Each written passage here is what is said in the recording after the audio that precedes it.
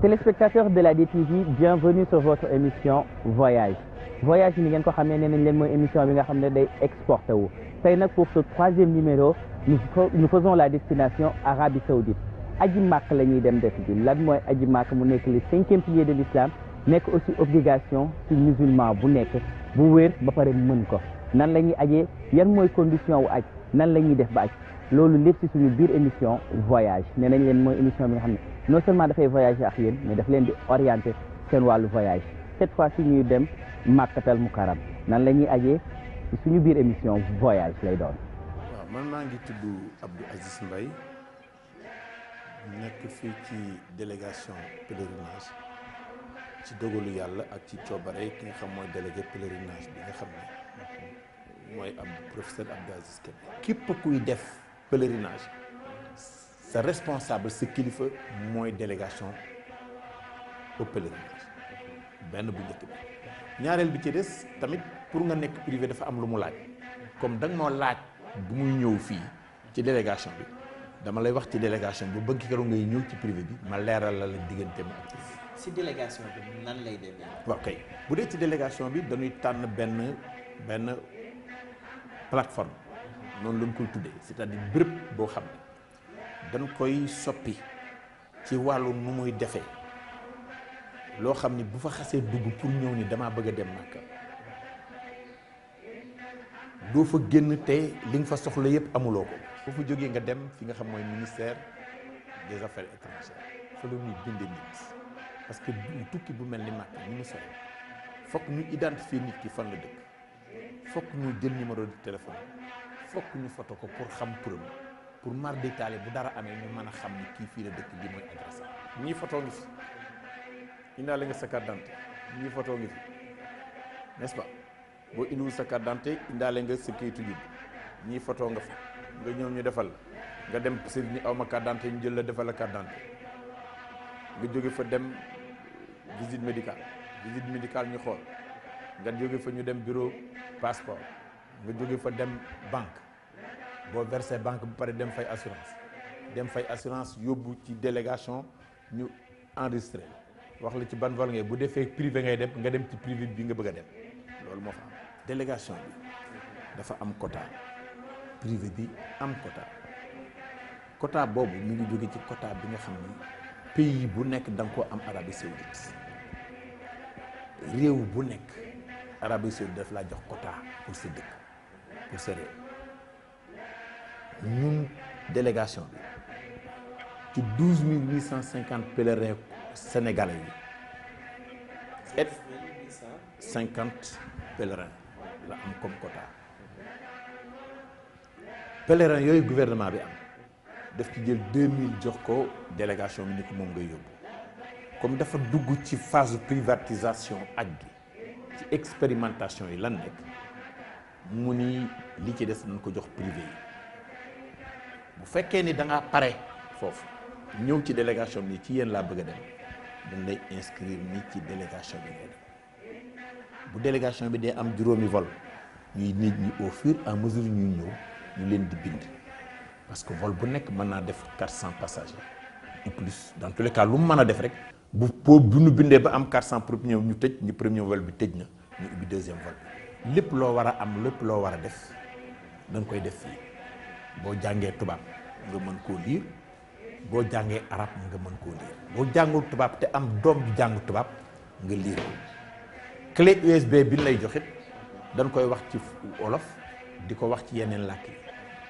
ba tax mën nga koo dugal sa oto wala mën nga ko nu ñuy utiliser clé USB mën ngaa toog sa ordinateur di ko jàng mën ngaa toog ci rajo yi moderne yi léegi am na clé USB yoo xam mën nga ko utiliser kooku mooy li ñuy wax les supports de communication. bon am na tamit journal boo xam dañ koy génne ci aj gi la bokk le journal du Hajj boo xam ni chaque mois dañ koy génne pour di ko jox ñi nga xam ni dañuy lire di xam lan mooy pèlerinage lan lañ ciy def donc support de communication yooyu nag bokkul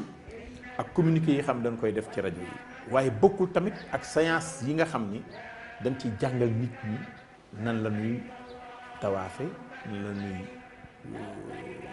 armale ak lan la ñuy wax. voyage yu avion bokkul ak voyage yu oto bi nga xam ne ngaa jël sa wëlis wu la neex ak ci kaw dañuy tolérer ay bagages parce que luy naaw ci kaw dafa am poids bu mu war a àndal dañ koy calculer séance yi ni am ak ñun ñëpp parce que am na benn conférence nationale boo xam ne dañ koy def grand théâtre boo xam ne at mu jot ba ñëwee léegi at mu jot ñu def ko dañuy invité képp kuy ujaaj foo mën a nekk bu la neexee nga ñëw parce que dem Màkka du yow rek jël sa bagage dem Màkka xaalis la boo yóbbu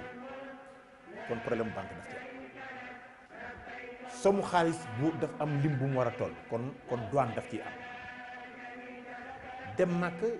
bagage la yoo xam dañ naan la nangam la war a toll comme fret daf ci am dem Màkka dëkk la boo sa dëkk ngay jóge dem ci dëkku jàmm boo xam ne dafa am nu ñu gisee am nu ñu tëralee ñu bokkul ak yow par relation internationale c'est-à-dire dañu am lu ñuy tere en tant que produit yoo xam kenn du ko fa dugal am lu ñuy tere en tant que article kenn du ko fa dugal bu fekkee da ngay naan damay xaatim parce que ñun dañu am culture bu nga xam bu ñuy tukki dañ lay sànniloo ay nen boo wàccee wala boo wàccee defal nangam wala xaatim sàngam boo wàccee xool ko wala yóbbul xaatim sàngam takk ko te Arabie Saoudite du nangu téere dañ ne la façon lekk bii duñ ko nangu parce que naar alimentation bokkul ak suñu alimentation dañuy tere lu nga yóbbu kaani sous toutes les formes dañ koy tere dañuy tere yeneen i xeeti ngaan paaka boo yor di ci let sawe wala coupe ongle wala tii la sécurité internationale la sécurité dans les avions nous commande dire yooyu yëpp kenn du ko transport avion dafa am poids bu mu yóbbu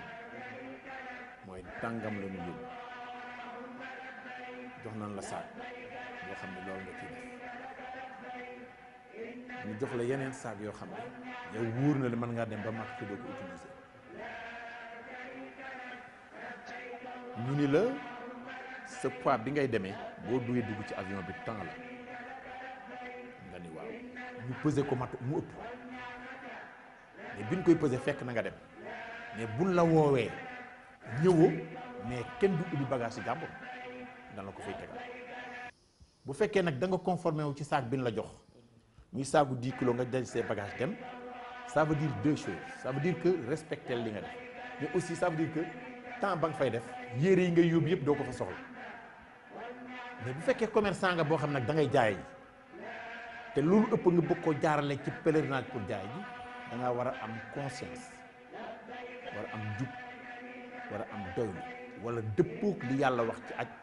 nga dem déclarer fay ñu yóbbu la sa bagage. gis nga boo duggee ujaaj yi ci biir avion bi ngay commencé wax ci problème mu utilisation toilette am na ñoo xam ne bu nu tuuree ndox léegi jàpp léegi yoo sa seen 400 personnes yu nekk ci benn 400 personnes ku ci nekk sa njàpp mën a wax war na nekk gën waa litre bi gën a ndaw 400 personnes yooyu bu ndox mi di couler ci biir avion bi lan la mën a entraîner comme circuit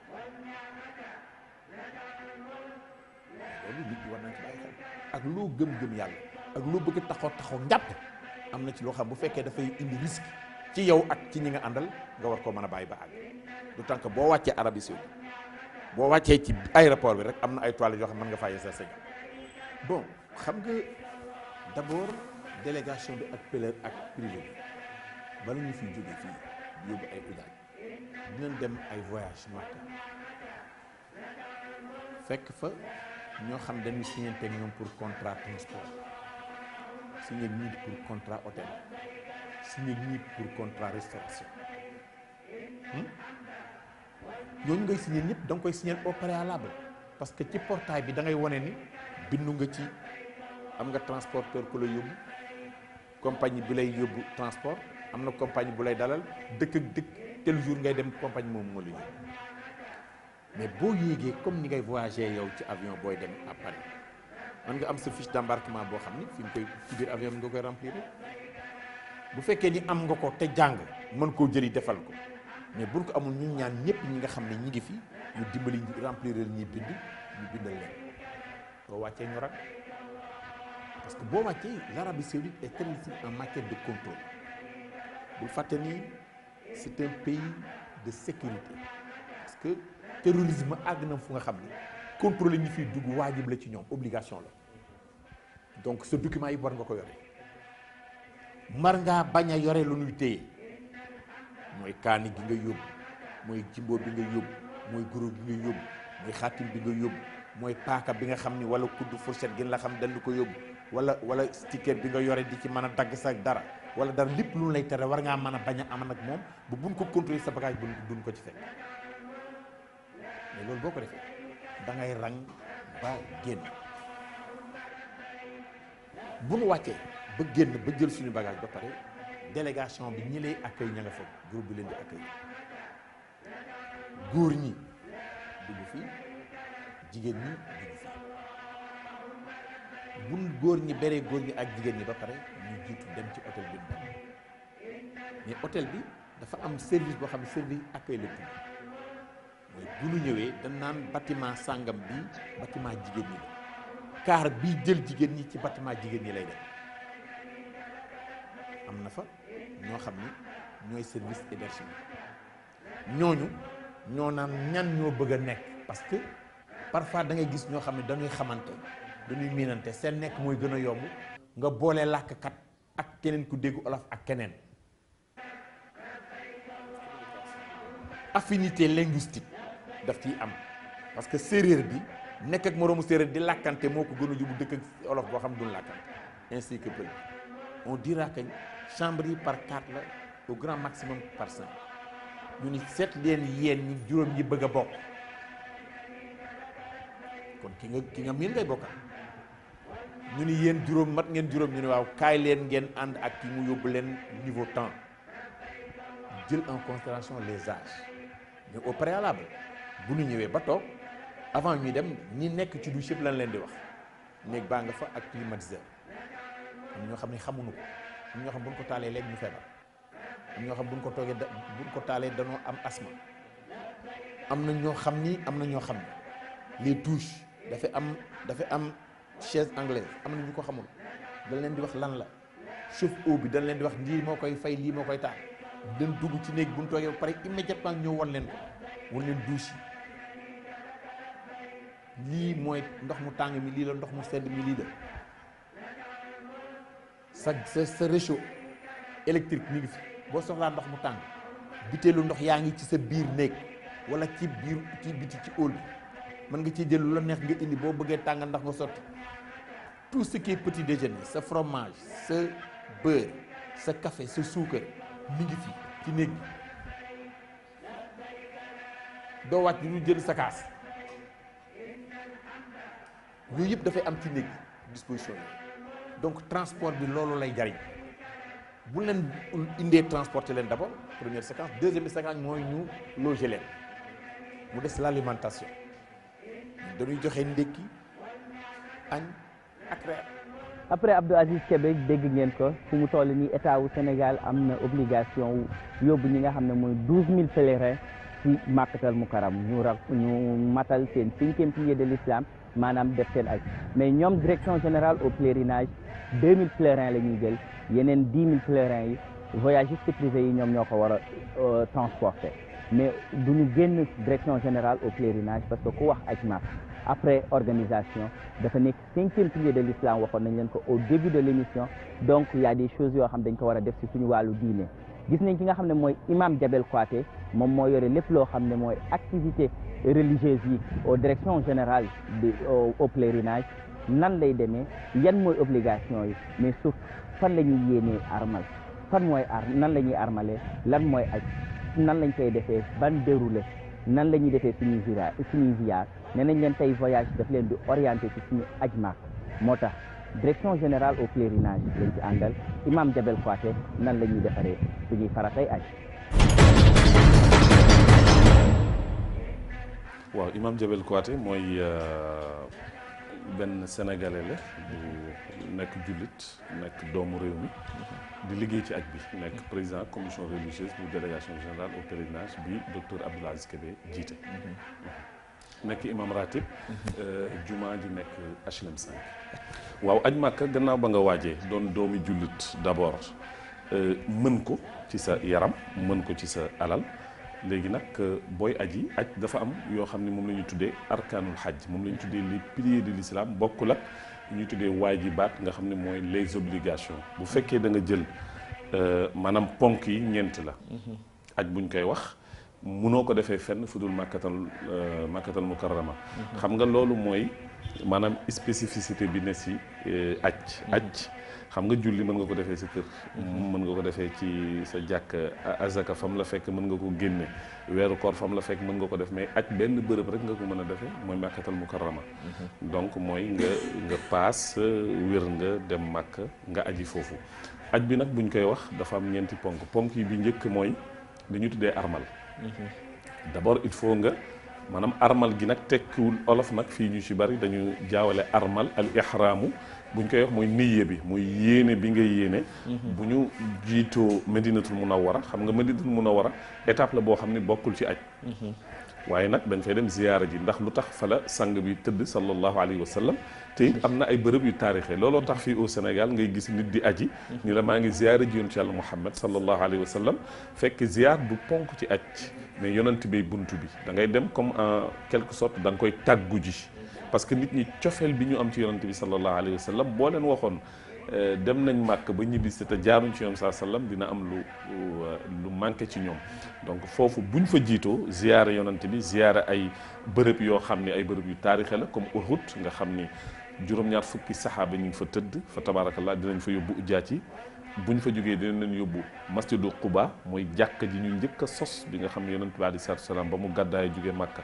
dem Madinatul Munawwara wàcc na fa julli fa ñaari rakk njëkk fa julli ajjuma dinañ leen fa yóbbu dinañ leen yóbbu tam masjidul qiblatayni muy jàkka yi ñaari qibla yi dinañ fa wàcc tam foofu ak yeneen bërëb yoo xam ni dinañ leen fa yóbbu ñu visiter ko buñ leen waajalee foofu nag ba ñu nàmp ci leeru yonent Yàlla Muhammad sallallahu alayhi wa sallam bu ñu noppee nag ñu yóbbu leen Màkka léegi nag bu ñuy dem Màkka dañuy jaar biiru Ali c'est-à-dire biiru Ali mooy limite bi nga xam ni foofu ngay wàcc waroo ko dépasser te yéenewoo ban intention aj nga bëgg a def ci ñetti xeetu aj yi am muy ajug ifraat ajug tamattu ak ajug qiraan aju ifraat mooy ki nga xam ni lu ci bëri nag 90% mën naa sax yokk 5% 95% des sénégalais aj boobu la ñuy def mooy ifraat moo tax ñu naan dafa am aju Sénégal déedéet aj moom amul aju sénégalais amul aju nangam wala aju nangam ñetti aj yëpp la yonent bi jàngale ifraat mooy ki nga xam ni dafa ñëw aj ci période aj su ajee ba noppi mu def umra bokk la ki nga xam ni dafa bëgg a def tamattu mooy ki nga xam ni dafa ñëw umra ci jamonoy aj maanaam dafay umra ba noppi summeeku moom alors que kii def ifraat moom armal bi day yàgg ci yaram bi alors que kële moom bu fekkee dafa armal ca biiru aali wax fa intention ban aj nga bëgg a def moom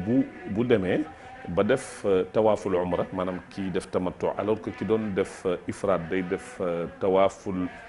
quduum dafay nuyu kaaba gi kële wërëm bu njëkk bi day doon tawaaful umra am na beneen xeetu aj c'est très rare nga gis ko def fii au Sénégal mooy aju qiraan mooy ki bëgg a lëkkale en même temps ajandoo umrandoo donc ñett yooyu ñooy ñetti xeetu aj yooyu nag fi nga koy yéene foofu mi ngi tudd biiru ali wala Dul Xulayfa bu fekkee ci wàllu cadre armal bi ni nga ko waxee da ngay sangu cangaayal janaba moom la ñuy wax ci olof sangu set noonu lañ koy tuddee boo demee ci téere fiqh yi al ghuslu rek lañ koy tuddee soo sangoo sangu janaba ba noppi da ngay watu dagg say we def parfum ci sa yaram armal bi doo ci def parfum armal bi tam charte bi bokk na ci ni ko yonent bi alayhi salaatu salaam jàngalee bu dee góor dafay am ñaari làmbaay bi ci kaw ak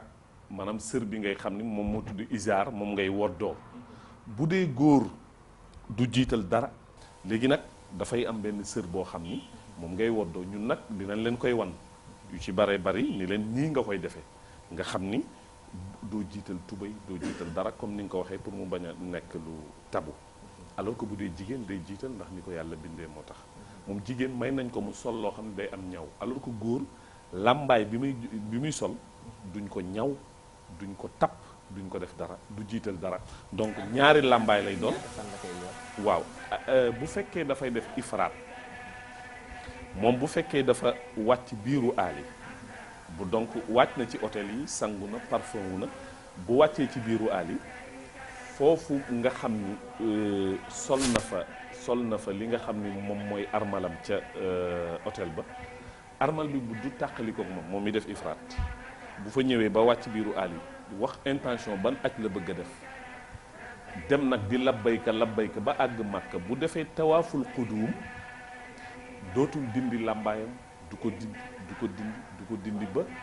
ñuy dem Muna bu ñu demee Muna fanaan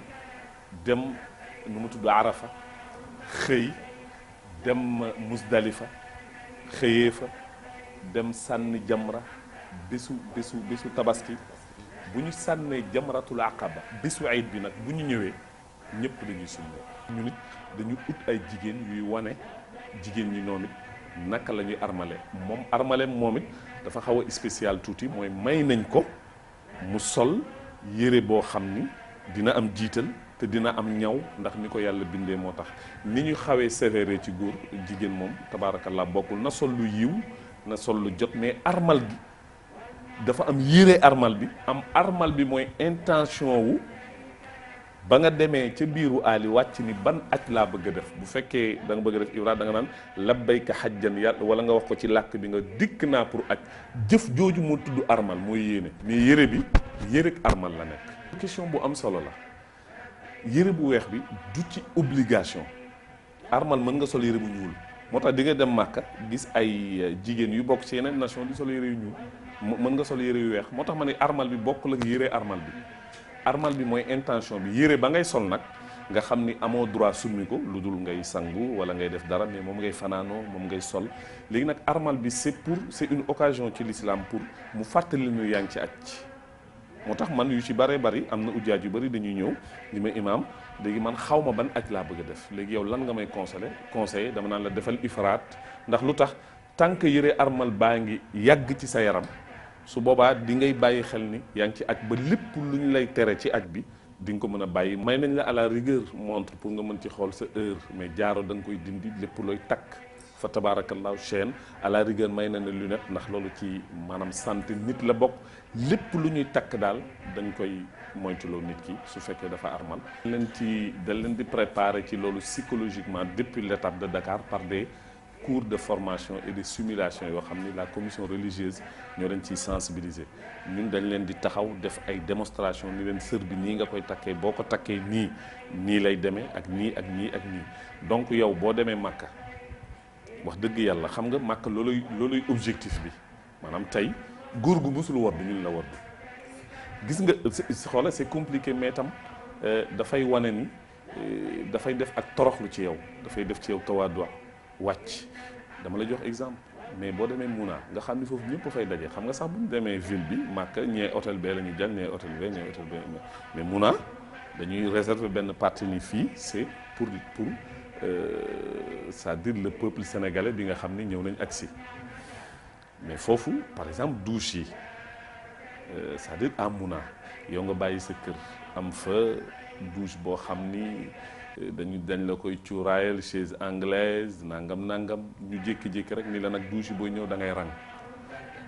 xoola très bien nga gis c'est-à-dire un ministre par exemple comme man daaw rang naa douche ak un ministre mu waddu ma waddu gisuma garde corps topp ko gisuma kenn topp ko gisuma benn protocole topp ko ma ni lii yàlla rek ko mën il faut ñu bàyyi xel ni le Serigne Cheikh Ahmed Tidiane Sy Al Maktoum waxoon ni soo demee ba Màkka ba ñëw war nga mën a nettali filmu yawmal qiyaamati mooy lan bis wa Arafa wala Muna ñëpp lu weex la ñuy sol nangam loolu daf la war a rappeler bu ñuy dekki yawmal qiyaam ku ci nekk dekki ak sa perkal bu weex doo xam ne ki am ak ki ñàkk loolu aaya la yàlla wax ko ci alquranul karim in kullu man fi samawati wal ard illa ati lirrahmani abdan yéen ñëpp yawmal qiyaam bu ngeen di dekki du ngeen dekki ak titre yéen ñëpp benn titre ngeen di dekkee muy jaam buñ fa jugee nag léegi dugg nañ ci kaari di wax labbayka labbayka allahumma labbayka labbayka la sharika laka labbayk inna alhamda wan ni'mata laka wal mulk la sharika lak loolu la ñuy répété di répété xam nga diggante bi Médinatul Munawwara biiru Ali jusqu'à la Mecque 400 kilomètres la. dem nag bu ñu àggee ñu wàcc li ñuy njëkk a def mooy dem nuyu ji Kaaba gi ndax muy néegu suñu borom suñu demee ñu wër ko après nag dem toog dellu ca hôtel ya mais duñ leen bàyyi ñoom parce que le délégué général docteur Abdoul Aziz Kébé hafizahullah wa ayyadahu wa nasara daf ñu dénk ñun la commission religieuse ni bu leen bàyyi benn instant de distraction bu ngeen di bàyyi maanaam ujjaaj yi bu ñu demee dañ leen di bàyyi ñu dal bu ñu dalee nag le lendemain tous les jours on organise des conférences dans les hôtels bu ñu wëree Kaaba gi dinañu daw Safa ak Marwa donc wax naa la benn pilier ci pilier yi bokk na ci armal te mooy yéene gi ñaareel bi daw Safa ak Marwa ponk la ci aj bu baaxul amul ay ren di xar amul ba déwén rek beneen bi ci des mooy li ñuy tuddee tawaaful ifaada mooy tawaaf bi ñuy def bisu tabaski bu ñu sànnee jamratul aqaba ba noppi muy ñeenteel bi mooy taxaw arafa bés boobu loolu tax da ngay gis même ay nit ñu feebar dañ leen di yóbbu teg ci ay ambulance ñu dem rek après ñu yóbbuwaat leen parce que taxawaayu arafa ponk la ci aj moo tax yonent daan wax alxajju wa arafa waxul sax arafa huwa alxajj déedéet dafa ni alxajju andi alif ak laam nga xam ne ci aadatul xasr la bokk alxajju aj buñ koy wax arafa mooy bésu taxawaayu arafa. comme ni ngeen ko xamee suñu émission voyage on ne peut parler de voyage sans parler document de voyage mënuñu def émission te waxuñu document de voyage parce que ñoom aussi dañu am wàll ci émission bi tey ñuy waxtaanee ñuy defal leen reportage ci lan mooy annulation parce que tey jii nii kuy voyager pour l'international da ngay am passeport l'émission précédente gis ngeen ne wan nañ leen nan la ñuy def ba am passeport mais tey jii nii dañ leen di wan nan la ñuy def ba annuler passeport ak aussi yan condition mooy waral ñu annuler suñu passeport dellu nañ fi nga xam ne moom mooy bureau des passeports fekk fa le commissaire Nour mu expliquer ñu processus su annulation wu passeport nan lay demee ci suñu biir émission voyage. annulation procédure la parce que passeport li tax état du Sénégal investiroon ci recommandation OACI yi la woon pour que nit ñi dem ci passeport biométrique pour que dëkk yëpp dem ci passeport biométrique pour que ñu mën a fixer identité yi maanaam fraude yi nga xamante ne dafa daan am ci passeport toog ba mu neex la changer passeport wala teppi photo taf ci beneen photo wala ñëw ne man maay diw te nekkoo ko et cetera dafa daan bëri ba nga xamante ne kenn mënul woon identifier ñenn ñi ci lañ def recommandation ne nit ñi nañ ne sa dëkk yëpp fexey dem ci li nga xamante ne mooy passeport biométrique état du Sénégal investir ci donc xaalis bu bëri donc pour mun a identifier nit ñi fixer les identités donc normalement nit ki soo amee passeport ba ñu jël sa identité ci passeport waratoo mun ñëwaat naan da ngay changer sa tur wala changer sa date de naissance wala changer sa juddu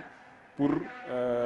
def ñun li ñuy wax wàññi at maanaam parce que wàññi at xam nga normalement amul nit mënul wàññi atam jugement ñi ngi ko réservé ñi nga xamante ne kenn déclaré wul ñu nga noonu ba ñu juddee et cetera et tout ça mais ñun dañuy wax wàññi at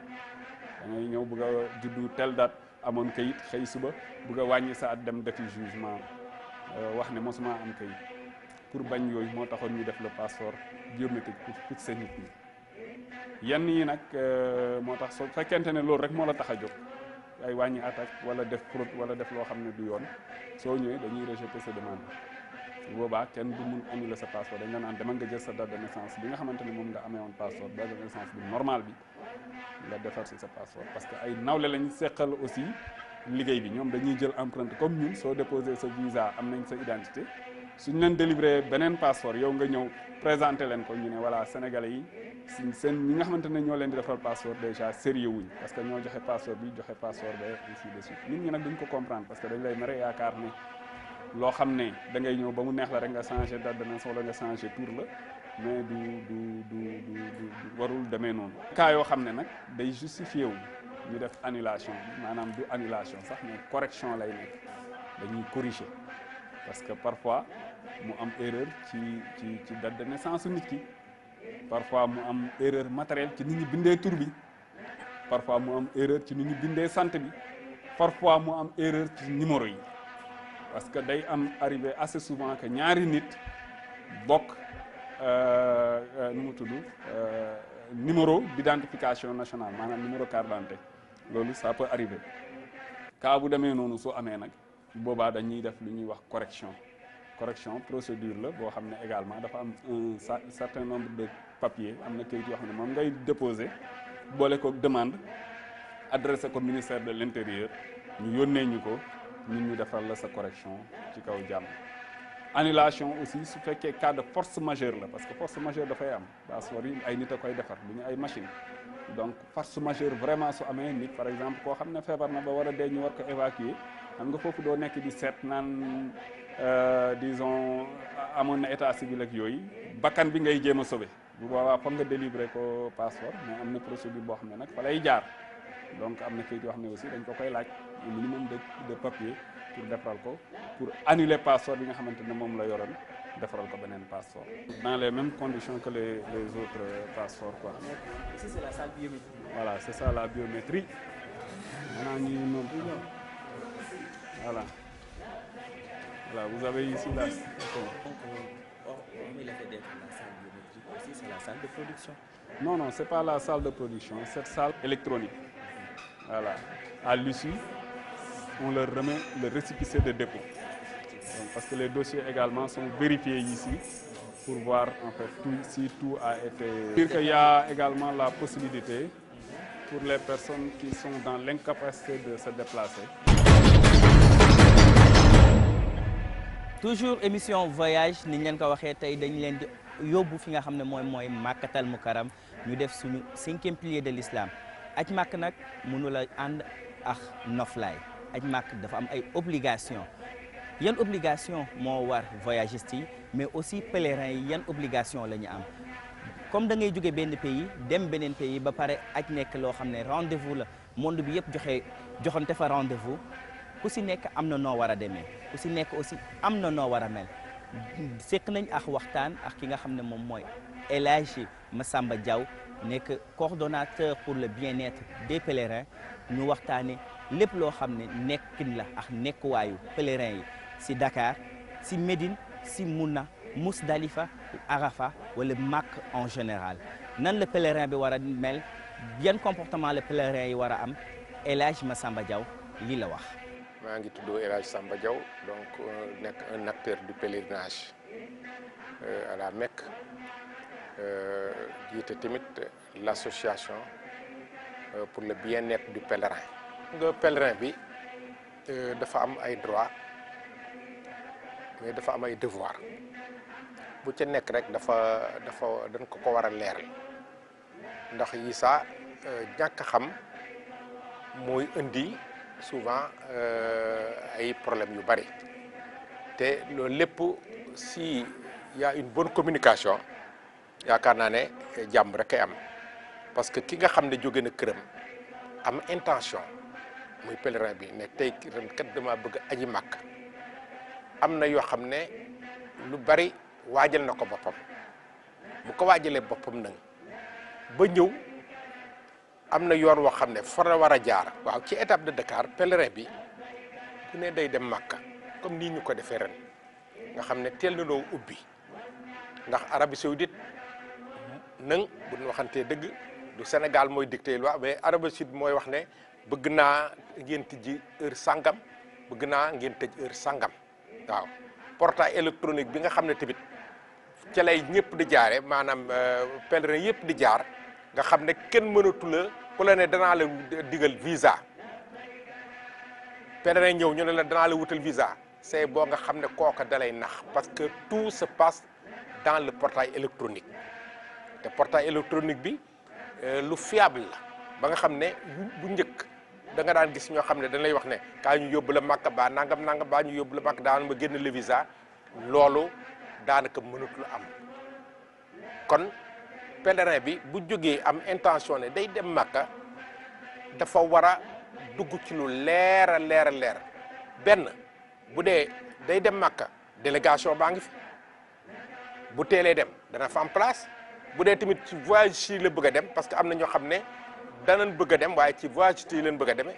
voyage agréé yi nga xam ne am nañu agrément ba nga xam am nañ quota tamit dañ leen di affiché nga xool ca ka la gën a neex nga dem ca imam bi nga xam ne moo nekk ci moo nekk ci quartier bi baa koo xam ne wóor na ne xam na baa institut islamique baa ci yooyu kuréel yu mag yooyu nga dem jéem faa nafar sa yoonu Makka nan nga koy defaree ci religieusement waaw mu des nag bien sûr la démarche administrative et le comportement da ci am solo waaye foofu pour dimbali pèlerin bi foofu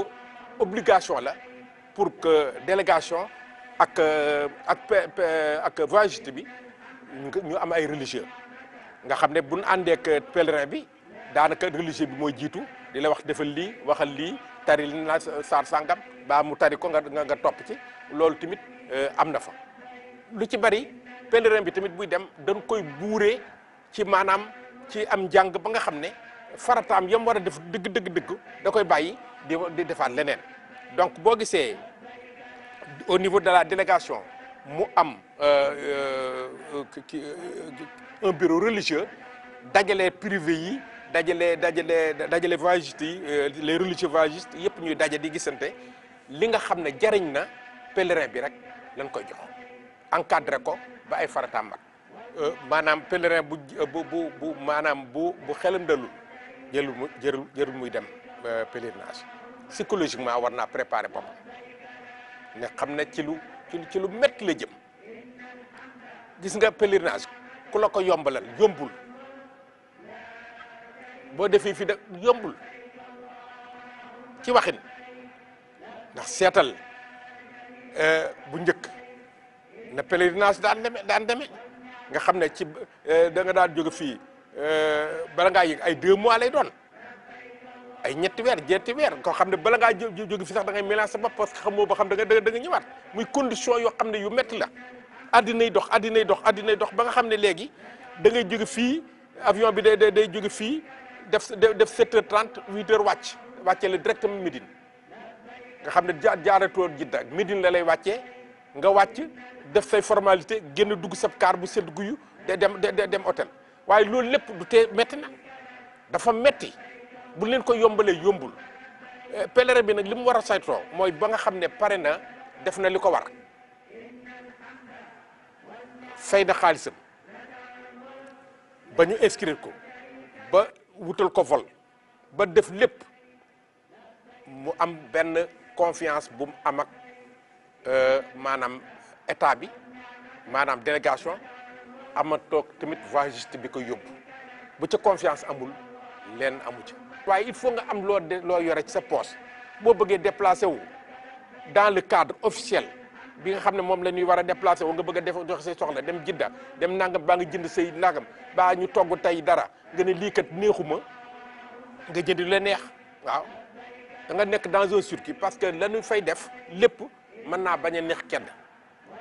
kooke muy bañ a neex nag nga daal di yëkkati sa kii jënd waa liggéey leneen neex la waaye dans le cadre global daal paquet ji rek boo ko yoree ne da ngay dem Makka rek dafa cate waaw il faut nga yore dara loo xam ne da nga koy def nag en euro ay coupure de 10 de 20 ba 50 yóbbaale ko loo ca jaay ko fa lu ca des boo ñëwee bàyyi ko sa mbokk te bagage yi pèlerin yi tamit di jënd nga xam ne 23 fépp moom la ñuy joxe compagnie yi pour booy ñibbisi 23 yooyu benn pèlerin dama leen di wax ne benn pèlerin waru ko weesu pèlerin yi sax war na noo yem ci normalement ay 15 kilos pour noppal sa bopp ba ñu dem sax ci 20 kilos ndax def ay excédent yoo xam ne marchandise ba ngay jënd daanaka fëgg jaay lay doon li tax ma la fëgg jaay lay doon ndax Makka dafay wuru fa dara la fay jóge marchandise ba fay jógee Chine lay jógee comme na muy jógee Chine baa ci yeneen pays yi di ñëw Sénégal te Sénégal ma wax la ne Sénégal moo gën a yomb bu dee da ngay war a jënd bu may damay dem man pèlerin la damay dem Sandaga baa ma dem HLM baa ma dem Tilène baa ma kii y a de grandes surfaces yoo xam ne lépp lu am Makka ci yére am na fa ma jënd def samay valise ba mu fees sëri ci rek laay joxe waaw parce que Sénégal yi dafa loolu waaw waaw jënd sama yére yooyu jënd sama yëpp tey dugal sama suufu lal ya ma fay jënd nag sama biir néeg maanaam jàllaa bi yu sew yeeg yooyu pour sama man la ak sama biir néeg rek ak sama kër waru te nekk problème. émission voyage nee nañ leen mooy émission bi nga xam ne daf leen di orienter ci seen wàllu voyage pour mu orienter leen nag lépp loo xam ne état bu voyage bi la dañ koy laal tey ñuy waxtaanee pèlerinage à la Mecque gis ngeen depuis début bi ñu wan leen processus bi dem nañ délégation générale au pèlerinage gis nañ association pour le bien-être des pèlerins dem nañ bureau des passeports gis ñi nga xam ne moom mooy commissaire bi aussi pour ñu am suñu document de voyage avec sax gis nañ guichet unique bi am ak guichet électronique yi wàllu voyage bi processus bi yow wan nañ leen mais aussi aji màkk nee nañ leen état bi daf ko bëgg privatiser te pour ñu privatiser ko am na 10 000 pèlerins yoo xam ne ay voyagistes privés la koy jox voyagistes privés yooyu noonu ñu taamu si ñi nga xam ne moom mooy waa douane ñoom aussi ñu am réputation ci pèlerinage à la Mecque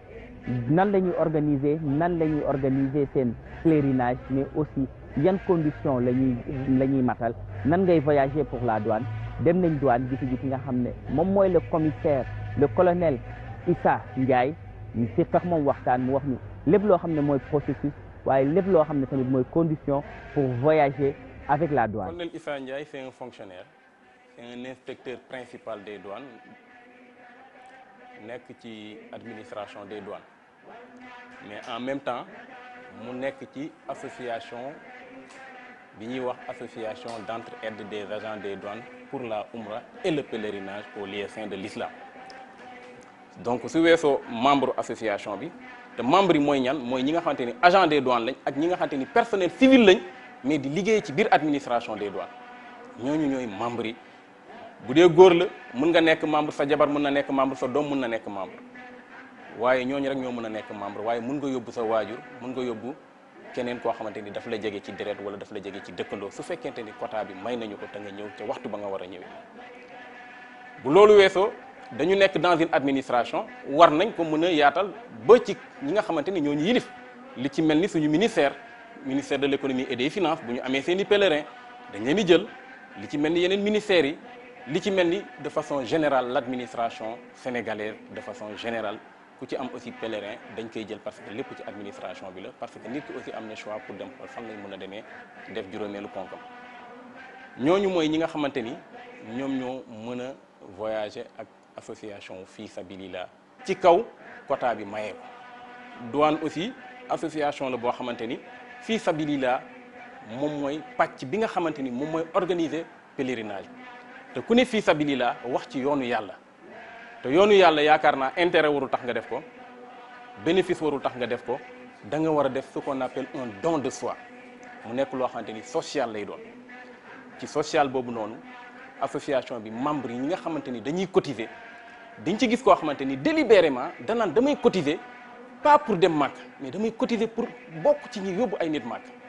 nga gis koo xamante ni membre la mu ne da ngeen war a dem màkk lii man maa ko jël def ko ci yoonu yàlla donc aspect social boobu noonu daf ciy jouer donc amul benn bénéfice boo xamante ni dañ koy def pour organiser le pèlerinage dañ koy def pour mettre nos pèlerins ci conditions yi nga xamante ni moo gën a mucc ay looloo tax dinañ yóbbu encadrement bu doy ci wàllu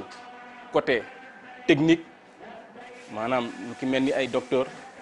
ak ci wàllu ñi nga xamante ni aussi ñoom ñooy les religieux ñi war a jàngal ujaaj bi nan lay def pour matale ay ponkam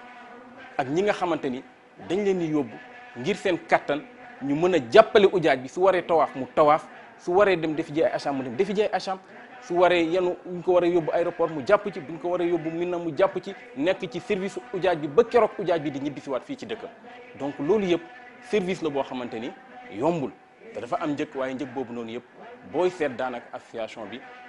moom moo ko supporté pèlerin bi du ko supporté bu loolu weesoo bu ñu demee aussi dañuy wut hôtel yoo xamante ni aussi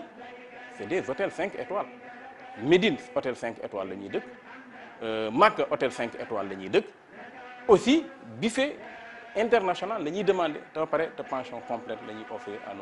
nos pèlerins yooyu boo xoolee rapport qualité bi nga xamante ni moom la ñuy jox pèlerin bi par rapport ak li muy cotiser ou par rapport ak li muy fay pour ñëw voyager ak ñun daf koy daal di jar loolu moom yaakaar naa amul ñaari explication amul ñetti explication loolu mooy li nga xamante ni moom mooy explication. donc bi ñu xamante ni membre bi ñëw na pour inscrire bu ñëwee ba inscrire li ci jiitu ku ñu xam lay doon lu ci ëpp day nekk agent des douanes wala mu nekk jabaru agent des douanes wala mu nekk waajuru agent des douanes bi ci topp day nekk koo xamante ni jege na lool benn agent des douanes ñoom ñoo ci gën a néew te su boobaa day am agent des douanes boo xamante ni moom mooy jàpp ci loxoom ñëw indil ñu ko ne ko kii man maa leen ko dénk pour mu àndandoo ak suñu association parce que am na ci droit su amee place dafay daal di dem. xam nga kuy def social boo ne da nga koy yemale ci sa bopp gënatul parce que dañ ni am na mbaax mu ba am na mbaax mu bon mbaax bu bon mooy ñu ne mbaax mi nga xamante ni da nga ko yemale ci sa bopp mbaax boo ko yemalee sa bopp rek baaxatul kon yow ma jox la benn xayma rek avant ñiy tàmbali inscription yi loolu du lu may nettali kenn man la dal dafa am koo xamante ni daf ma woone ma sama jëkkër de dafa mës a voyager ak yéen dem màkk ma ni ko ren dama bëgg a dem màkk moo war a dem màkk ren ne ko na ma boolee yéen mu ne ma contagam ba mu fa amoon nekku fi mu ne ko waa léegi doo wut koo ma boole mu ne ko yaa bëgg a dem jëkkër ji ci li mu wax ne ma jëkkër ji ne ko yaa bëgg a dem demal wuti pexe pour nga dem duggi douane déglu ma de mu dem dugg internet dugg site douane ku bëgg a inscrire boo ñëwee dañ lay bindal bordereau bu ñu la jëlee en charge ba laaj la ki la indi ibbil la maintenant maanaam ibbil la benn formulaire boo xamante ni ñi ngi koy remplir pour am toutes tes informations buñ ko amee dañ lay defal li nga xamante ni dañuy fixer aussi ay conditions bu ñuy ibbi dinañ ne bés sàngam la ñuy ibbi bu fu mu feesee ñu arrêté mais bu ñuy ibbi aussi comme xam nañ lépp ci ay quota lay demee lii mooy suñu quota lii mooy li ñuy tiire lii mooy ñi nga xamante ne agent des douanes yoo xam ne signalé wu nañ ñu yebal leen ko ñoom ñëpp balaa ñuy ibbi weer avant ñuy ibbi dinañ ko yëgal agent yeeg ñëpp ñi nga xamante ne maam la ne bër sàngam danañ ibbi su ibbi jotee bu ñëwee bu pèlerin bi ñëwee buñ ko defalee buñ jëlee formulaire am yi defal ko jël information yëpp suñu paree lu ñuy def dañ koy bindal benn bordereau de versement boo xamante ni ca ba ñuy ibbi conditions yi ñu waxoon ni moom la ñuy demee bu ñuy ibbi dinañ ne pour nga dem minimum di nga verser lii li ci des di nga ko verser balaa date sàngam minimum boobu noonu bu la neexee nga verser lépp bu fekkente ni am nañ prix bi exactement bu ñu la bindalee bordereau bi ñu jox la ko nga daal di dem banque islamique du Sénégal fi nga xamante ni fa lañ loger suñuy compte nga verser fa montant bi soo fa verser montant bi indi reçu bi indi sa photo di pièce d'identité maintenant ñu jël la defal la une pré-inscription je dis bien pré-inscription parce que pèlerinage bi ñun ñooy décider kii dem ak ku dul dem suñ la defalee pré-inscription bu délégation ibbee visite médicale yi nga dem def sa visite médicale soo defee sa visite médicale bañ ñu la apte nga mën nga dem màkk nga ñëw indi document boobu noonu ñu jël la en charge inscrire la maintenant lépp loo xamante ni ñi ngi koy def am nañ say information bu waxtu bi jotee ñu informer la soo amul passeport ñu lijjanti la nga am passeport soo amee passeport bu fekkente ni am na ay traitement yooyu jël ñu commencé la ci dimbali maintenant rek processus bi commencé lépp lu ñu war a def bu vaccination waree am ñu woo la ne la demal vacciné wu ji bu ñu demee rek ba aj bi jege comme aju ren bi dañuy def ay conférence yoo xamante ni dañuy dajale suñu ujaaj yëpp dinañ ko def ci ñett ba ñeenti samedi yoo xamante ni dañuy jël après midi bi yëpp ñaari at yi passé yëpp ñu ngi ko defee institut islamique ren aussi fa lañ koy defee yóbbu leen fa wax leen li nga xamante ni moo nekk ci aj bi li ko tàmbalee booy jógee sa kër di dem aéroport boo yeggee aéroport wàcc aéroport Médine boo jógee aéroport Médine dem Médine sa hôtel ni ngay nekkee Médine ni ngay dem di def say ziar expliquer leen kulu ziar yi ñu fay def lépp lu ñuy def Médine ñu expliquer leen ko nga xamante ni bu ñu demee du nekk lu bees ci ñoom bu ñuy jógee Médine kañ lañ fay jógee nan lañ fay jógee nan la ñuy organiser wu expliquer leen lépp ba Màkka wax leen aussi Màkka bu ñu fa demee lu ñu fay nekkee bu ñu demee aj bi ni muy demee foofu aussi volet religieux yi suñu deux guides religieux yi oustaz Abdoulaye Lam ak oustaz Alioune Sall ñoom ñooy suñuy guide religieux ak ki nga xamante ni aussi mooy suñu organisateur